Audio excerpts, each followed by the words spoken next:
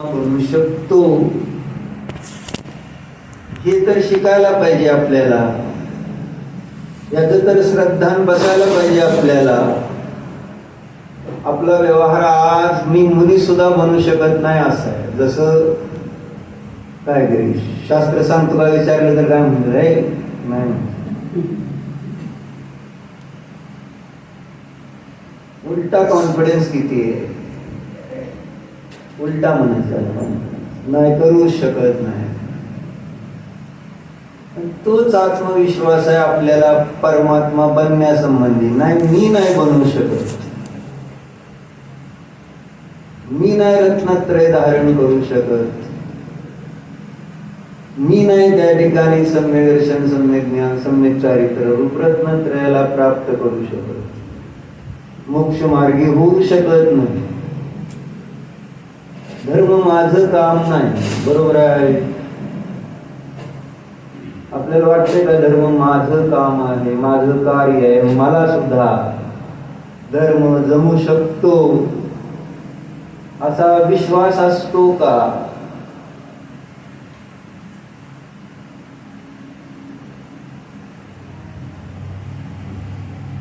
सांसारिक कार्य करण्याचा किती कॉन्फिडन्स आहे, जो आम्ही कधी पूर्वी कसं बघितलं तर या पर्यायामध्ये आल्यानंतर अनेक गोष्टी केलेल्या नसतात.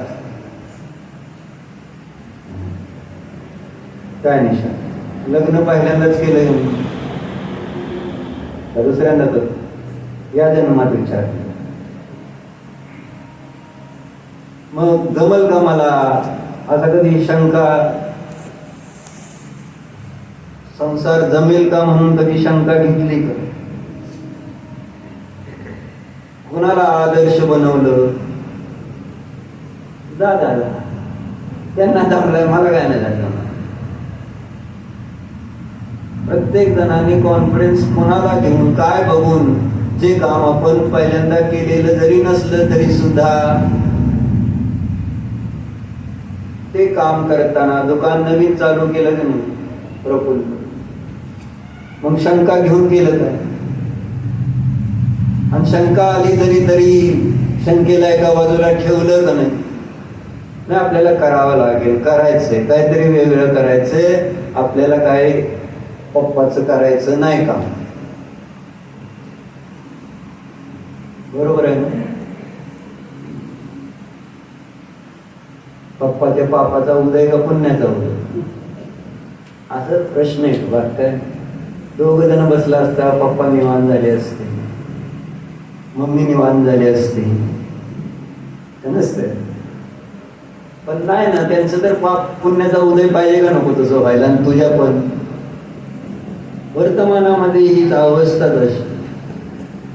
चर्चा ती नाही. चर्चा काय नाही केलं तरी विश्वासाने आपण त्याच्यामध्ये प्रवृत्ती केली. पहिल्यांदा आहे म्हणून आपण पहिल्यांदाच कॉलेजला गेला ना पुण्याला, घाबरला का? काय जमल का नाही, काय होईल मला? तिथली माहिती होती का पुण्याची काय तुला? 10वी झाल्यानंतर पुण्याचं काय माहिती होतं?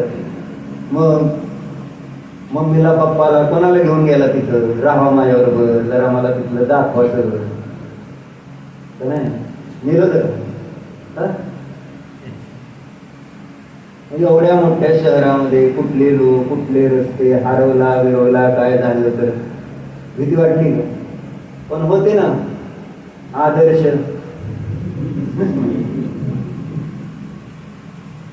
आणि त्यांच्यावर आपण विश्वास किती टाकला आणि त्यानुसार तिथं प्रवृत्ती करतो. पण इथं आपण कधीच मंदिरात दर्शन करताना तो कॉन्फिडन्स आपल्यामध्ये असतो का की बाबा हो, त्यांना जर त्या ठिकाणी ते परमात्मा पद प्राप्त झालेलं आहे, ते परमात्मा पर्यायामध्ये अनादी काळापासून होते असं नाही. त्यांना परमात्मा, त्या जीवाला परमात्मा पद पर्यायामध्ये प्रकट झालेलं आहे. मग त्यांना आदर्श ठेवून मला सुद्धा परमात्मा पद पर्यायामध्ये प्रकट करता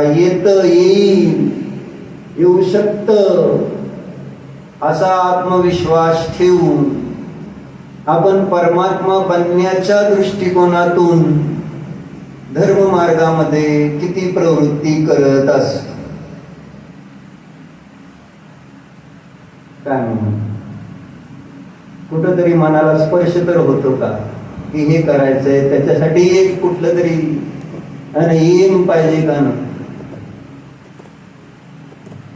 काही आदर्श पाहिजे का नको. मग इथं आदर्श कोण आहे? परमात्मा आदर्श आहे, भगवान आमचे आदर्श आहे. असं जर आपण धर्म मार्गामध्ये मानलं आणि आदर्शाचा अर्थ त्याला फॉलो करायचं. काय फॉलो केलं का नाही भैयाला बरोबर, आणि भैयाला माग टाकलं का नाही अजून टाकलं. भैयाने जे केलं त्याच्या डबल केलंय का नाही. भैयाला एक मैत्रीण तुला किती नाही जवळ बोललं तर पाप लागलं की हाय त्या 2-4 मैत्रिणी बी निघून जातील. माहित आहे का, जाऊ देत काय.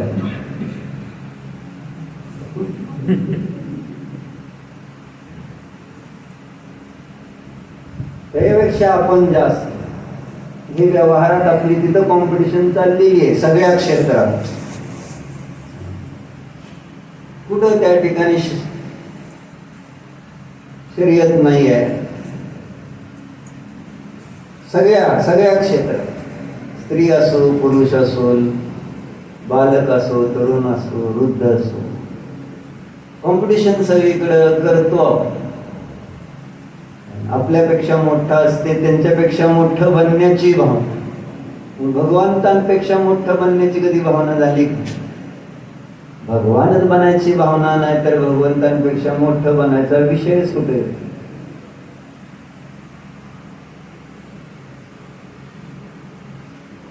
अडचण ही येते. आणि मग एकदा का आपल्याला पहिलंच गाडगं उलट म्हटलं तसं पहिल्यांदाच आपण हा मनामध्ये निर्णय करून बसलोय की धर्म आपलं काम आहे का तेजस साहेब, आपलं काम आहे का.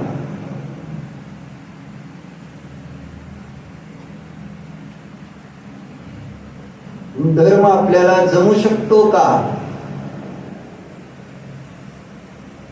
एवढं तरी कुठंतरी आपल्या मनात यायला पाहिजे. हो मला जमतो, जमू शकतो.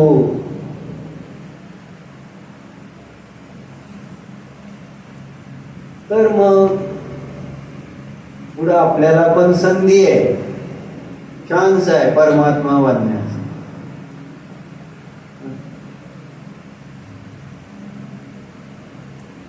म्हणून चर्चा काय की अगोदर भगवान देखील संसारीच होते. आचार्य शांतीसागर महाराजांचं बघा, वीरसागर महाराज बघा, काय जन्मता महाराज होते का? अगोदर संसारी आपल्यासारखेच जन्मले, आपल्यासारखेच लहानाचे मोठे झाले. त्यांच्याजवळ पण सगळं होतच की जे आपल्या जवळ परिणाम असतात तसं. संज्ञा त्यांच्याजवळ पण होत्याच की, त्यानुसार त्यांचं परिणाम, पूर्वीचे कर्म त्यांच्याजवळ होतेच की, नव्हतं काय. आणि त्याच्या उदयानुसार तसे परिणाम पण त्यांचे होत होतेच. पण पुढे जाऊन वस्तू स्वभाव समजून घेऊन त्यांनी विशेष आत्मसाधना केलेली दिसली. म्हणजे ते अगोदर आमच्यासारखे होते हे सांगा. आणि मग पुढे जाऊन त्यांनी धर्मसाधना करून आपलं कल्याण करून घेतलं. आणि त्याच्या निमित्तात आमच्यासारख्या पण जीवांचं कल्याण झालं असं. पण हा विचार नाही. या क्षेत्रात आल्यानंतर स्व आणि पराच्या कल्याणाचा जर विकल्पच नाही तर हे क्षेत्र तुमचं नाही आहे. इथं येऊन जर मला माझं कल्याण करायचंय आणि माझ्याबरोबर सहज इतरांचं झालं तर चांगलंच, आणि तसं असतंच. भले उपदेश रूपाने कल्याण करत नाही, पण अहिंसा अधिक महाव्रताचं पालन करून, अनुव्रताचं पालन करून अन्य जीवांची हिंसा करत नसताना आणि खोटं न बोलणं, चोरी न करणं, अशा प्रकारचे जे काही व्यवहार आहेत तो करत असताना सहज पराचं पण कल्याण, श्रावक असो, मुनी असो अथवा भगवान असो, सगळ्यांकडून होऊन जात स्व आणि पराचं कल्याण.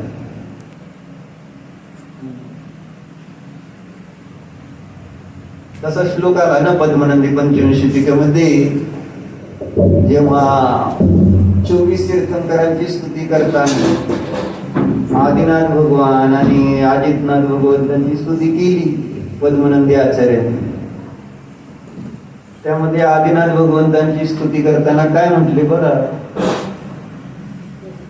पान नंबर आहे, जर नागपूरची प्रत असेल तर 443, 443. अधिकार 16वा आहे. अधिकाराचं नाव आहे श्री 24 तीर्थंकर स्तवन. क्रमाने श्लोक नंबर 807 आहे आणि 16व्या अधिकारातला पहिला श्लोक. श्री आदिनाथ तीर्थंकर की स्तुती. काय म्हणले, स्वयंभुवायेन समुद्रुतं जगत् जडरूपे पतितं प्रमादतः परात्मतत्त्व प्रतिपादनोल्लस वचो गुणैरादिनस्य सेव्यताम्. अंधकूप में पतित प्रमादी जगराजो करते उद्धार स्वपर प्रकाशक वचनों से उन आदि प्रभु को सेवो सार. अर्थ काय बघा,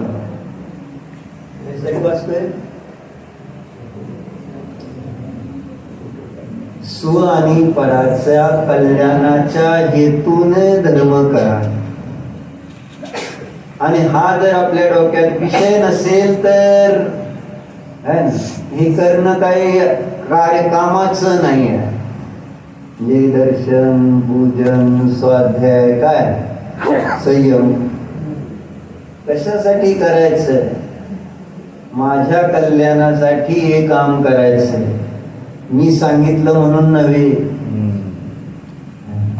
माझं कल्याण होतंय आणि माझ्याबरोबर इतरांचं पण सहज कल्याण होईल. जर योग्यता असेल ज्यांची जशी, त्यानुसार होईल त्यांचं. काय पण हा उद्देश पाहिजे बुद्धीमध्ये. नाहीतर ते पूजन करणं जड होणार आहे, हे शास्त्राला येणं जड होणार आहे, संयम धारण करणं जड होणार आहे. यातली एकही गोष्ट तुम्हाला आनंद देऊ शकणार नाही, त्रास देणाऱ्या होणार आहे त्या सगळ्या गोष्टी अक्षर. काय चाललंय, काय म्हणतो अक्षर तुम्ही, नाही काय म्हणतो, काय सांगितलं, काय नाही सांगितलं, काय सांगितलं आता, हा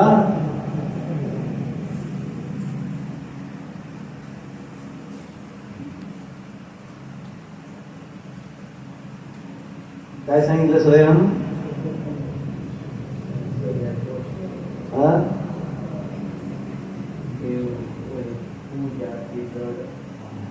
काय म्हणा,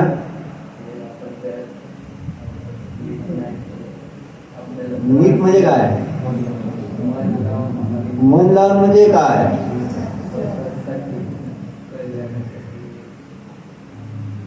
माझं याच्यामध्ये गीता आहे, माझं याच्यामध्ये कल्याण आहे. ही भावना कुठेतरी आज जागी झाली नाही तर काय साहेब, रोज या म्हणून सांगावं लागलं शास्त्राला, येत जावा, जवळ आहे घर, 4 पावलावरच असं म्हणावं लागणार नाही. शरीरामध्ये थोडं आता ढिला पण यायला लागला, बायको गावाला गेली तर आपोआप व्यायामाला चाललाय. म्हणजे व्यायामाला गेलते आज, बरोबर आहे. तिथं कोणी सांगितलं नाही बाबा व्यायामाला जा म्हणून, आपोआप जाते. आणि तर शरीराची काळजी, शरीराच्या सुंदरतेची, शरीराच्या निरोगतेची, सगळी शरीराची काळजी करत असताना प्रमाद सोडून सकाळी उठून फिरणार, सगळं करणार. आत्म्यासाठी असं कोण काय करतं सांग?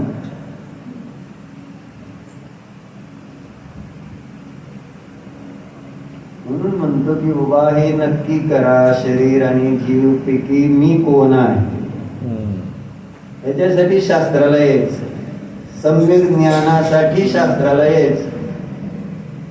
जसं आहे तसं ज्ञान करून घेण्यासाठी. मी कोण आहे? मी शरीर आहे का मी जीव आहे? कोणासाठी जीव टाकायचा आहे? शरीरासाठी टाकायचा आहे का जीवासाठी जीव? विचार तर करा. पुण्याला जायचं म्हटलं तर उशिरा उठशील काय अक्षर?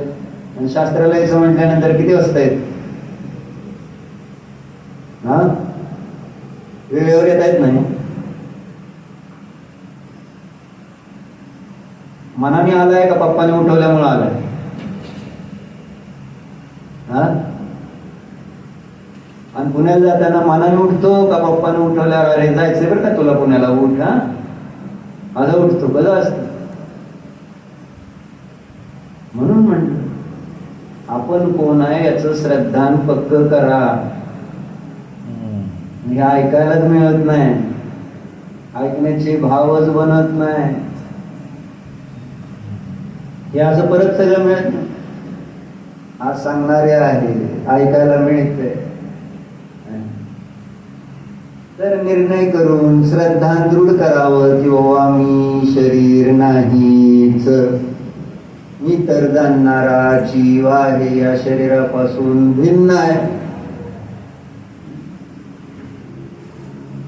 आणि हे केलं तर मग त्या आत्म्याबद्दल, आपल्या आत्म्याबद्दल आपले पण निर्माण होईल की माझा आत्मा आहे तर माझ्या आत्म्याचं मला कल्याण केलं पाहिजे. शरीर मी आहे, माझं आहे, तर त्याच्यासाठी आपण काय मन वचन काय समर्पित आहे. मुलं बाळ माझे तर त्याच्यासाठी मन वचन काय समर्पित आहे. धन माझं आहे तर त्याच्यासाठी मन वचन काय समर्पित आहे. माझेपणा परामध्ये ज्याच्यामध्ये आहे त्याच्यासाठी माझं समर्पण आहे. मग आचार्य तीच म्हणतात की काय माझं कोण आहे? माझं कोण आहे? कोण आहे माझं? माझा शब्द आत्म्याकडे जोडा, आत्म्याशी जोडा. माझा शब्द आत्म्याशी कधी आम्ही माझा शब्द जोडून पाहिलाय? मी शब्द म्हणून आत्म्याशी कधी जोडून पाहिलंय? आणि अहम आणि मम हे शब्द मी कधी माझ्या आत्म्याबरोबर जोडलेच नाही. अहम म्हणजे मी, मम म्हणजे माझं. मग अहम आणि मम हे शब्द कधी माझ्या आत्म्याशी मी जोडलेत? कधी असं आठवतंय चुकून? अहम आत्मा एव, जीव एव, मम जीव एव, आणि मी जीवच आहे, माझा जीवच आहे.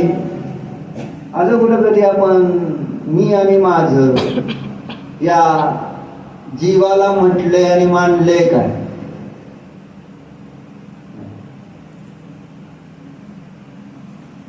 प्रियंका ताई जाणार आहे का माहेरी? तिथे तुम्हाला शास्त्र सांगणार मिळेल का कोण? माहेर जाणार की नाही? नसू दे, शास्त्र नसू दे, का त्याला माझं माहेर आहे.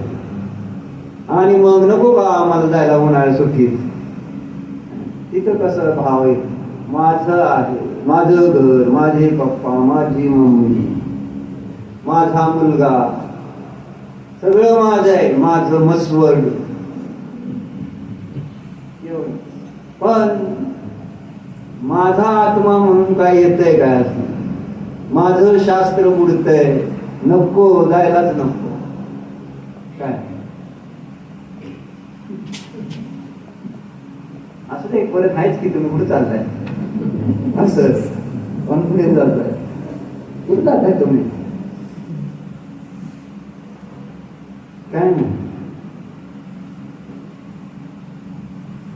सहजते ना माणसं परामध्ये म्हणतो कंपनी ट्रिप दिली तर माझी ट्रिप होते राहुल जायला पाहिजे का नाही हा जायला पाहिजे का नको आणि जाऊन आता एक कसल्याच देशात जाऊन आले खायची आपदा प्यायची आपदा करून आले आहे का आणि परत आता कोणत्या देशात गेले तसल्याच घेतले त्या जातीचा आहे ते देश त्याच्या जवळचाच आहे तिथं काय वेगळं इकडं काय वेगळं इथं तर आपल्याला नेहमी शिकवलंय कुठेही जगात जावा 3 लोकात जावा द्रव्य किती तुम्हाला माहिती मग आता काय बघता तुम्ही नवीन काय बघता जी पुद्गल धर्म आकाश काल हे सोडून या लोकांमध्ये दुसरं काय आहे कुठल्या क्षेत्रात गेला तर दुसरं काय असतं सर्विकाती पुढे जायचं नाही ह्यावेळेस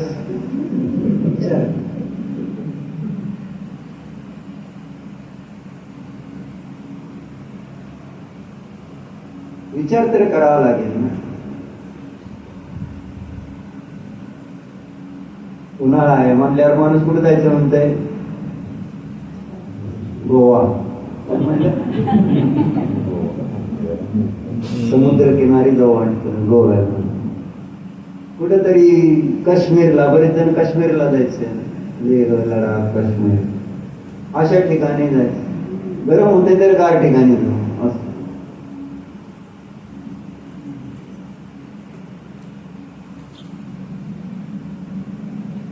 कारण शरीराला सुखी करायचंय आत्म्याला सुखी ज्यांना करायचंय ते कुठे जातील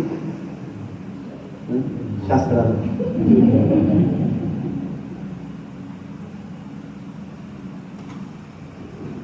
एक परम आल्हाद भासित झाला पाहिजे इथे एकदम असं सगळा ताप डोक्याचा ताप कमी होतो शास्त्र स्वाध्याय पूजन अर्चन ताप माझा कमी झालेला आहे आणि हे प्रत्येक जण सांगतंय हे शास्त्र वाचतोय ऐकतोय म्हणून ताप कमी झालाय डोक्याचा बरोबर आहे का स्वप्नात का नाही ताप नाही का तुम्हाला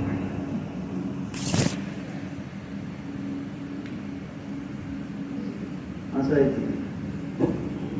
पण नाही ना आत्म्याला त्रास होतोय म्हणून आपण कधी तीर्थक्षेत्रावर पण जाणार नाही आत्म्याला त्रास होतोय म्हणून आत्म्याला त्रास होतोय म्हणून मंदिर शास्त्र गुरूंच्या सेवेसाठी आपण जाणार नाही आत्म्याला त्रास होतोय म्हणून शरीराला त्रास होतोय म्हटल्यानंतर आपण जायला तयार आहे कुठेही जायला तयार आहे कारण शरीराला दुःख नाही द्यायचं ह्याच्यासाठी चर्चा शास्त्र ह्याच्यासाठी ऐकायचंय बाबा मी शरीर नाही हे अगदी पक्क करावं लागेल आणि हे पक्क होणार काय साहेब कसं पक्क होणार जसा सीए झाला तसंच असं हे पण पक्क तसंच होणार 1 दिवसात आणि 1 मिनिटात सीए नाही झालो आपण बरोबर आहे तिथं मामा नाही कोण नाही मामा सुद्धा विचारत नव्हता त्यावेळेस ती मामा गेलता त्याच्याकडं मामाच्याच फ्लॅटवर राहतोय मामाचं एक काम म्हणलं का तसलं सांगू नको आत्ता मामा मला तसलं काय माहित नाही माझं एक काम होतं म्हटलं साहेबाला हा तेवढं काय नाही म्हटलं तसलं काय मला काय नसतं माहित पुण्यातलंच होतं काम बाहेरचं नव्हतं कॉलेजची एका माहिती विचारत होतं आपलं एका जीवाला ऍडमिशन घ्यायचं होतं म्हणून विचारलं त्याला काय सुरू मामा गेला कामापुरताच मामा आणि मी तर कामापुरता पण नव्हतो कारण त्याचा पदर लागणार होता त्याचा दुसरा मामा मी तर काय पदर द्यायला जाणार नाही त्यावेळेला त्यांनी मला बरोबर ओळखलं होतं तात्पर्य असं इतका अभ्यास, कुठलं जगाशी काय माझा संबंध नाही त्यावेळेस, जग गेलं उडत, काही माझा जगाशी संबंध नाही. काय रे आरुष, आरुष कुठे चाललं बघा की. त्यांना जागा तरी महत्वाचं आहे. भावी महाराजांचे शिष्य, हेच भविष्य आहे बाबा जैन धर्माचं. तुमच्याकडनं तर काय आशा संपलेल्या आहेत, आता ह्यांच्याकडनंच काहीतरी आशा थोड्याफार करतोय. कारण तुम्हाला आता शिंग फुटलेली आहे, बरोबर आहे, शिंग फुटलेत का नाही? बसलाय म्हणजे नाही फुटली, पण मग तुम्ही करायची, त्यांना अजून फुटायची, लहान आहेत बिचारे, बरोबर आहे ना? त्यामुळे काय सांगेल त्याला होय मग. तर असं आहे, चर्चा कशासाठी चालली, अभ्यास कसा केला हे सांगत होतो. सीए होण्यासाठी ना खायची सूद होती, ना झोपायची व्यवस्था, ना केस, ना कपडे, काय बघत नव्हते. फक्त कळत होतं बाबा ही परीक्षा आणि ही मला क्रॅक करायची. क्रॅक म्हणजे मी तर क्रॅक होईल ना, तर परीक्षा तर क्रॅक. आणि बहुतेक क्रॅकच होते सगळे. परीक्षा क्रॅक करता करता होऊन जात. आतला अभ्यास आहे, वर्तमानातला अभ्यासातला घाणेरडा. मुलांची मानसिकता एकदम नष्ट करण्याचा अभ्यास. काल एक जीव माझ्याकडे आला, पोरगा बघितला तर 8-9 वर्षाचा, आणि मला म्हणला अहो पोरगा का नाही चंचल आहे, म्हणते भयंकर चंचल आहे. मला कोणी चंचल असावं असा माझा प्रश्न आहे. जर मुलगा चंचल नसेल तर तुम्ही त्याला दवाखान्यात न्यावं लागेल. त्या लहान मुलाला अहो ही बाकीच्या पोरगासारखं खेळत नाही, काय नाही, कॉन्सन्ट्रेशन नाही म्हणते. म्हटलं चांगलं आहे, म्हणते मुलगा चांगला हे सिद्ध होते, त्याची बुद्धी बरी आहे अजून, पण आई वडील त्याला क्रॅक बनवायचं असतं. आणि आजूबाजूची पोरं बघायची आणि त्या पोरांना मध्ये पण ते काय गुण आहेत नाही बघायचं नाही. जसं आहे ना, धनिक लोक दुसऱ्या धनिकाला बघून किंवा गरीब लोक धनिकाला बघून असं समजतात ते सुखी आहे, पण कधी विचार करत नाही की खरोखर सुखी आहेत का नाही. तसं दुसऱ्याची मुलं भले ती बरेच काय अभ्यास करतील, बरेच काय ऍक्टिव्हिटीज करतील, ते सुखी आहेत का हे कधी तुम्ही विचारत घेतलं का आई वडिलांनी? त्या मुलांना त्रास आहे का सुख आहे कधी बघितलं का? तसलं आम्ही बघायचं काम आहे का? आमच्या पोराला त्याच्यापेक्षा जास्त एक गोष्ट यायला पाहिजे, ऍक्टिव्हिटी त्याच्यापेक्षा जास्त यायला पाहिजे, बरोबर आहे पूर्ण. त्यामुळे कुठं घालायचं, आणि उन्हाळी शिबिराला तर पाठवतोच. भले तिथं दुसरं ज्ञान शिबिर चाललंय ना, ते कुठे बालसंस्कार शिबिर, तिथं नाही. बारामतीला कुठं घातलंय तसलं शिबिर म्हणायचं त्याला, कॅम्प, समर कॅम्प नाव आहे ते, समर कॅम्प. मग काय तिथं करतो, स्किटिंग करतो आहे ना. मग त्याचा व्हिडिओ वगैरे मग सगळ्याला बघा, आपल्या पोराला एका दिवसात स्किटिंग यायला लागली. बरं मग आता आधीच राहिलेले डोक्यावरती केस सुद्धा काढून टाकायला जाते स्किटिंग करून.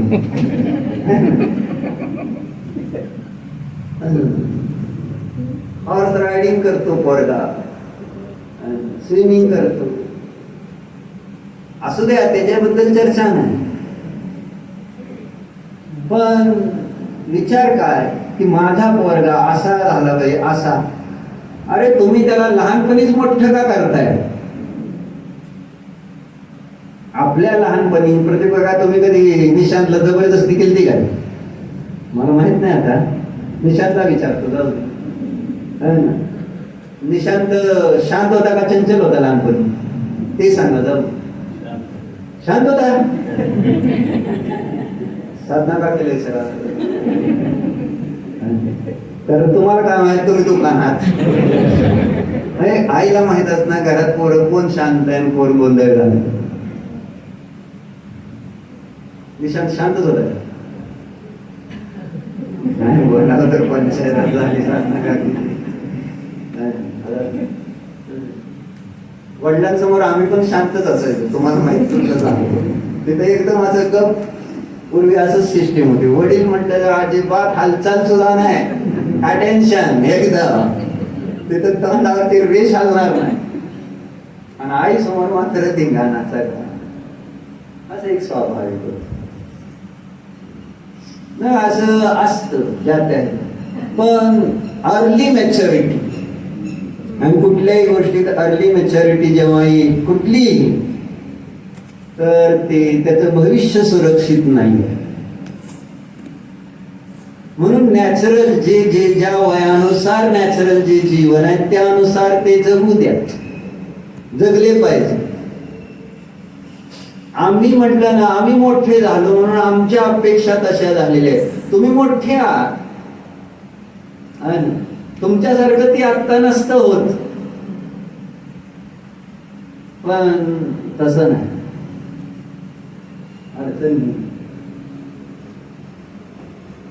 चर्चा कशासाठी चालली होती आपली? कशासाठी चालली? अभ्यास, अभ्यासाच्या बाबतीत. अभ्यास करत नाही म्हणते पोर, अभ्यास नाही करणार. अभ्यास मी तर म्हणतो लहान मुलाने अभ्यास करूच नाही. पण आता कुठनं प्ले ग्रुप पासून सुरू होते त्रास. रडतो बिचारा गिरीश, गिरीश नाही सॉरी, गिरीशचा पोरगा. गिरीश सुद्धा रडत असायला आतनं, पण आता आई समोर काय करणार. झाला शाळेत, ती नको म्हणतो, रडतो अगदी. पण तिथं किती निष्ठुर असता तुम्ही आई वडील. पण नाही रडतोय ना, नको जाऊ दे, कशाला त्याला असं म्हणून तुम्ही कधी त्याला शिकवायचं कॅन्सल करता काय, शाळेत पाठवायचं कॅन्सल करताय. जावं लागतंय बघ तुला, पण यावं लागतंय, तसं जावं लागतं. तिथं जर तसं झालं तर आपल्याला त्याच्यात दोष, कोणी त्याला नाव पण ठेवत नाही की कसलाही वडील आहे, कसली आई आहे, मुलाला किती त्रास करते, तसं कोण म्हणत नाही. आणि धर्मामध्ये थोडस काय सांगायला लागलं, काय सांगायला लागलं तुम्ही, त्याला का त्रास करता, संयम आणि स्वाध्याय, पूजा असं सांगितल्यानंतर त्रास करू नका म्हणते. आमच्या पोरांना त्रास करू नका, पाठशाळा नामुक अंतामुक, बरोबर आहे. तिथं त्रास भासित होत. चर्चा अशी की व्यवहारामध्ये जसा आम्ही पुरुषार्थ केला शिकवण्याचा, शिकण्याचा, मग तसं इथं धर्मक्षेत्रामध्ये आत्मकल्याणासाठी व्यवहारामध्ये त्या आहे ना, जिथं राहणार तिथं तो मूर्ख राहू नये म्हणून त्याच्यासाठी किती आवडतं गिरीश सांगू. हे सगळे लोक त्याच्या आजूबाजूला शिकलेले, ती येणार राहिला तर चालतंय का? काळजी कशाची? आणि तू घरीच त्याला शिकवलास चांगला, त्याची आई तर चांगली शिकवलच, मा पण आहे. सगळे तुम्ही चांगलं धर्म संस्कार करताल का नाही घरी राहिलं तर? का नाही होणार? मग अडचण काय आता? हा प्रश्न येत नाही. पर्याय मोडताय, प्रॉब्लेम हा पर्यायामध्ये मूड आहे. ही पर्याय म्हणजे तू आहे, ती आहे, त्या पर्यायानुसार ते कार्य झालंच पाहिजे अशा पद्धतीने चिंतन. म्हणून म्हटलं शरीर नाही आहोत आपण, हे शिकायला यायचं. शरीराचं हित माझं हित नाही हे शिकायला यायचं. या शरीरात राहणारा जीव जो आहे, ज्याला वेदन आहे, संवेदन आहे, सुख दुःखाचं अनुभवन असतं, तो मी असतो. जो जाणतो, ज्याला आनंद होतो, तो आपण असतो. जो स्वभावाने आनंद स्वरूप असतो, ज्ञान स्वरूप असतो, तो मी असतो. मग जो ज्ञान आनंद स्वरूपी मी आहे, मी स्वभावाने, पण त्याच्याबद्दल आपल्याला काय विचार करायचं?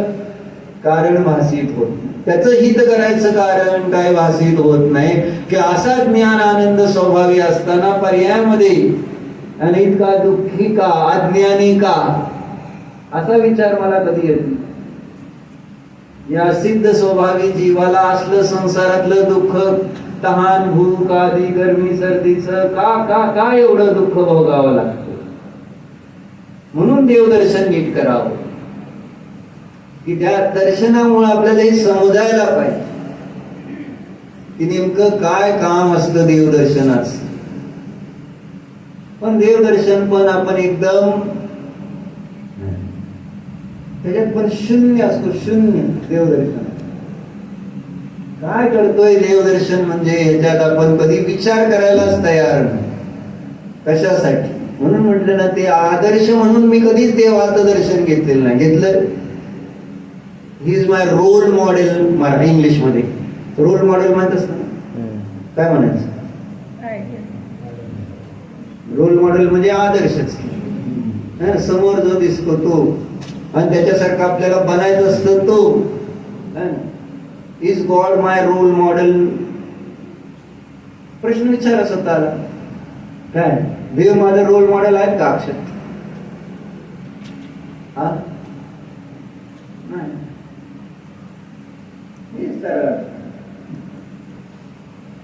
शरीर आणि इंद्रिय विषय भोगाचं सुख भोगणारे आणि ते पाप करणारे माझे रोल मॉडेल्स आहेत. पापी जीवांना मी आदर्श बनवलंय. हीन आदर्श आहेत, जे पर्यायामध्ये मूढ आहेत ते माझे आदर्श आहेत. मूर्ख लोक माझा आदर्श. म्हणजे कोण मूर्ख? कोण मूर्ख? मूर्खांना आदर्श बनवणारा मूर्ख नाही का? विचार तर करायला पाहिजे. आपल्याला किती वेळा सांगितलं, जेव्हा दादा आमचे गेलते तिथं चंद्रमती अम्मांकडं लासुरण्याला, त्यावेळेस ही चर्चा झाली अशी आहे ना. पहिल्यांदा गेलते असे, त्यावेळेस असं सिस्टीम होती. आता ही सिस्टीमच बंद झाली है ना. रविवार निघाला की सगळी गाडी एक दोन काढायच्या आणि जिथं महाराज असतील, जिथं अम्मा असतील तिथं जायचं. बरोबर आहे बोलत, आठवत आहे की नाही? आता काय झालंय, पुण्याला जायचं तर गाडी तयार आहे, खरेदीला जायचं म्हटलं तर चेतन रेडी, बरोबर आहे का? आणि आता असा ग्रुप करून स्वाध्यायाचा महिला मंडळ इकडे तिकडे जाताच. मग आता जाऊ चला अम्मांकडे. दर आठवड्याला एक महिला मंडळ अम्मांकडे जाऊ. आपलं दिवस अम्मांकडे घालवायचं, सकाळपासून संध्याकाळपर्यंत अम्मांकडे. असं होतंय काय स्नेहालताई? काय सांगायचं. मग दादा आम्ही पूर्वी जायचो अशी स्वाध्याय, त्यावेळेस नवीन उत्साह, भयंकर उत्साह. अम्मान महाराजांकडे निघाले म्हटले तर सगळे कोणी आम्हाला पण यायचं, आम्हाला पण यायचं. चला मग कोणी पण गाडी काढणार. मग तू पेट्रोल भरतो का तू, आहे ना. असला विषय नव्हता का. पहिल्यांदा म्हणजे लहान पोरं सुद्धा, परवाच लहान मुलं सिनेमाला जाणार होती आहे ना. मग तिकीट काढायला 14-15 पोरं. मग एखाद्या घरी गेलतो, लहान मुलगा तिथला पण. मग फोनवर काय विचारलं, हॅलो कॉन्ट्री किती?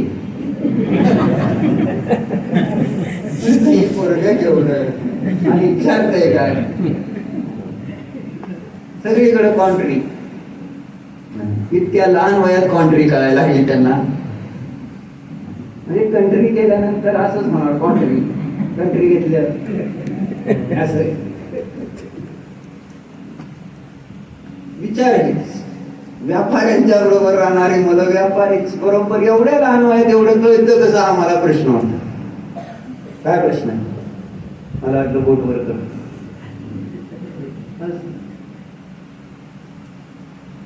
मग असलं काय कॉन्ट्रीब्युशनचा असं काय फार विचार नसायचं त्यावेळेस. सहजतेनं कोणी गेलं सगळे. पण आज पहिल्यांदा चला फक्त असं नाही. चला पैशाचा काय विषय नाही, काम चालू करा फक्त, पैशाचा विषय नाही. पण आधी मीटिंग घेतो, एकदा सगळ्यांना विचारतो काय झालं मला माहित नाही. परत मीटिंग तर घेतली, पण काय झालं सुभाष काका मीटिंग मध्ये? काय विशेष चर्चा? विचारावं लागतंय. आहे ना? काय ठरलं काय? जनरल मीटिंग घ्या, एवढंच मीटिंग मध्ये ठरलं. म्हणजे ही मीटिंग नंतर आहे ना, म्हणजे तारीख पे तारीख, तसं मीटिंग पे मीटिंग. असं दे, कुठं काय सांगतोय, मीटिंग शिवाय काय दणका नाही. तसं झालं, काम चालू करा. असं जायचंय बस, बाकी आता कोण काय करणार हा महत्वाचा नाही. काम कोणतं आहे हे महत्वाचं. जायचं रामांकडे, चला. महाराजांकडे जायचं ना, चला. आमची गाडी निघाली, चला. मग झालं, अम्मांकडे गेले दादा. चर्चा कशासाठी सांगत, आदर्श रोल मॉडेल कोण आहे. मग पहिल्यांदा आम्ही गेलतो, आम्ही नव्हतो त्यावेळेस. मग त्यावेळेस माहित नाही. मग चर्चा झाली. मग काही आम्हाने प्रश्न विचारले असतील, त्याची दादाने उत्तर एकदम झकास दिली. आम्हाने एकदम त्यांना शाबासकी दिली, आहे ना. पंडित झालाय म्हटले, अरे तुरी बोलायचे आम्हा दादाची. पंडित झाला म्हटले तू आता, मग झालं. असं एक रविवार गेला, मग 2 रविवार मध्ये गेले. पुढच्या परत गेलो आम्ही. मग झालं, दादांना व्यवहार. अंधश्रद्धा निर्मूलन समितीचे अध्यक्ष कुठला श्याम मानव कोण होता ते होता, ते त्यावेळेस अंधश्रद्धा. मग काय असं दादांना असं काय रूढीनं नाही, प्रत्येक गोष्ट समजून घ्यायची. असंच धर्म सांगतोय म्हणून. आणि व्यवहाराचे संस्कार तर होतेच. आणि त्यामुळं मग त्यांनी त्या अंधश्रद्धा निर्मूलन समितीच्या त्या श्याम मानवला म्हटले, आमचा श्याम मानव असा म्हणतो, म्हणते आम म्हणतो. बरोबर आम्हाने जी शेफालद म्हणत त्याला, म्हणजे ज्याला म्हटले 6 द्रव्य माहित नाही, 7 तत्व माहित नाही, जीव आजीव नीट कळत नाही, आणि त्याला तू आमचा म्हणतो. Role model. त्याच्यासाठी मला हे सांगायचं, हे आम्हाला खवळ. का खवळल्या, चिडल्या का? कोणाला तू आदर्श ठेवला, कोणाचा पक्ष घेतो, त्याच्याजवळ अज्ञान आहे, ज्याच्याजवळ मिथ्यात्व आहे, अशा जीवाचा पक्ष घेऊन त्याला माझा आमचा म्हणून त्याची त्या ठिकाणी तू वकिली करतो. अडचणी. आणि जे देव आहे, भगवान आहे, त्यांची आम्ही वकील व्हायला तयार आहे का? धर्माची बाजू, माझी देव आहेत, माझी देव असे म्हणतात, माझे गुरु असे म्हणतात, माझा धर्म असा म्हणतो. असं कधी ठोसपणे धर्माच्या बाबतीत असतं, माझा धर्म आहे, माझे देव आहेत, असं त्यांच्यामध्ये माझेपणा येतोय. अडचणी ही येते. म्हणून तर शास्त्र वाचायचे, मंदिरात जायचे, त्याचं प्रयोजन आहे. समजायला पाहिजे की कशासाठी काय कार्य करायचं इथं, कळतंय का? संयम कशासाठी? मी जीव आहे हे श्रद्धान पक्क करायचं. एवढं विचारलं तरी परत सांगता येत नाही तुम्हाला, मला माहिती. मी जीव आहे, हे शरीर माझं नाही, मी नाही, हे पक्क करायचंय मला. त्याचं सुख दुःख म्हणजे माझं नाही.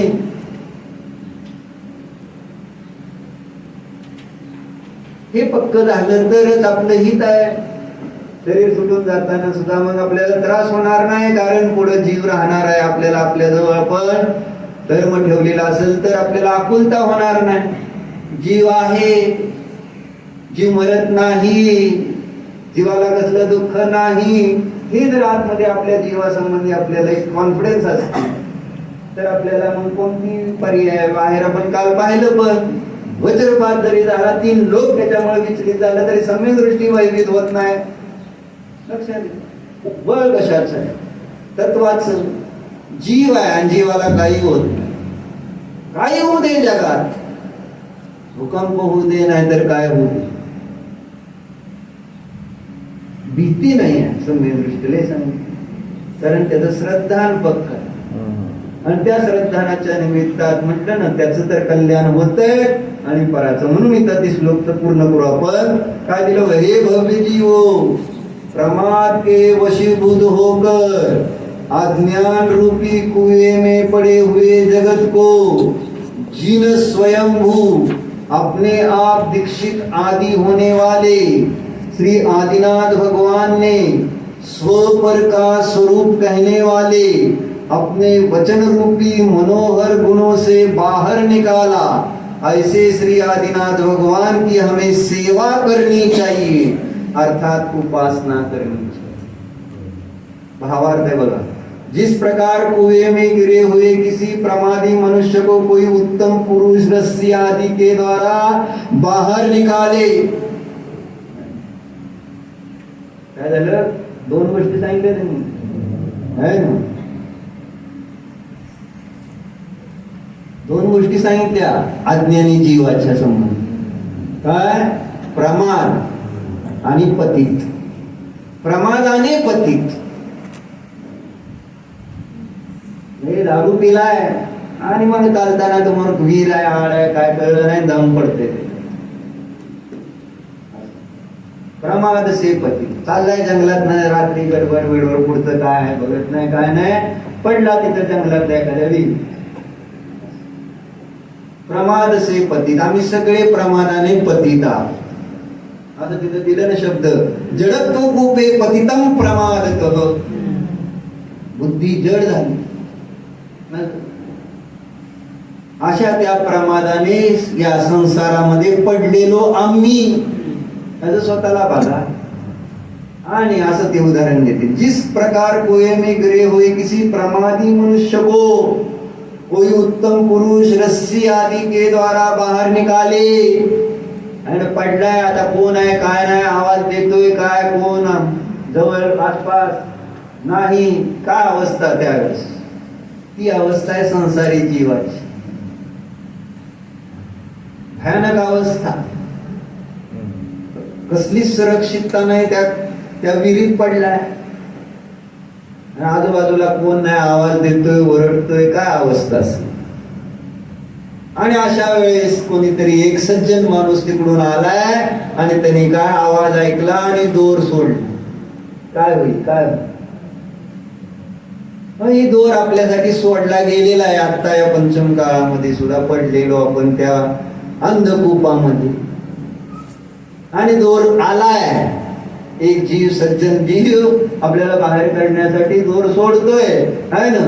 तर मग आदि के द्वारा बाहर निकाले तो कुएं में गिरा हुआ मनुष्य उस निकालने वाले मनुष्य को बड़े उपकारी मानता है तथा उसकी शक्यता अनुसार भी सेवा भी करता है। उसी प्रकार जगत भी प्रमाद के वश होकर अज्ञान अंधकार रूप कुएं में पड़ा हुआ सर्वथा हिताहित के विवेक से शून्य था। उस समय श्री आदिनाथ भगवान ने अपने उपदेश से इस जगत का उद्धार किया और स्वपर का भेद विज्ञान कराया। अतः इस जगत के सबसे उपकारी श्री आदिनाथ भगवान ही भव्य जीवों के उपकारी है। इसलिए हे भव्य जीवो, आपके परम आदरणीय तथा सेवा के पात्र श्री आदिनाथ भगवान ही है। आणि आपलं मंदिर आदिनाथ, पण ज्याची ज्या पद्धतीची त्यांची ज्या कोणत्या प्रकारे सेवा करता येईल करावं ना, तो बाहेर त्यांनी काढले आपल्या, त्याच्यासाठी चर्चा नसते, चर्या आपल्या व्यापारी बुद्धी चर्चाच करणार, चर्या नाही। केवढं मोठं काम केलंय मला बाहेर, म्हणजे असल्या दुःखातून बाहेर काढण्याचं, आणि त्याची कशी सेवा करू, कोणती सेवा करू, काय सेवा करू, दिवसा करू का रात्री करू, काल करू का आज करू का उद्या करू, आहे ना, हा विषय येत नाही। माझ्या शरीरात काय अडचण आहे का नाही हा विचार येत नाही मातेला मुलाची सेवा करताना। तिथं फक्त माझा आहे तर त्याच्या ठिकाणी सेवा आहे, आपोआप समर्पित भाव।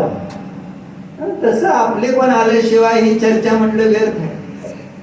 किती चर्चा जरी केली तरी व्यर्थ जाणार।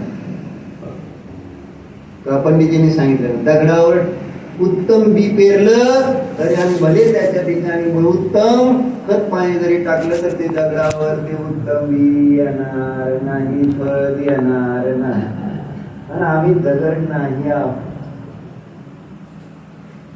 नाही तर दगड असला तर दगडाला तर पाजर फुटावा असं म्हणते. तर कुठेतरी पाजर फुटला तर कल्याण आपलं होणार आहे. माझ्या कल्याणासाठी चर्चा नाही, देवाच्या नाही, गुरूंच्या नाही, आत्मकल्याणासाठी चर्चा आहे. तेव्हा आत्मकल्याण हे आपलं प्रथम कर्तव्य आहे असं समजून त्याच्यासाठीच आपलं सगळं मन वचन कायचं समर्पण असावं. ओम नमः.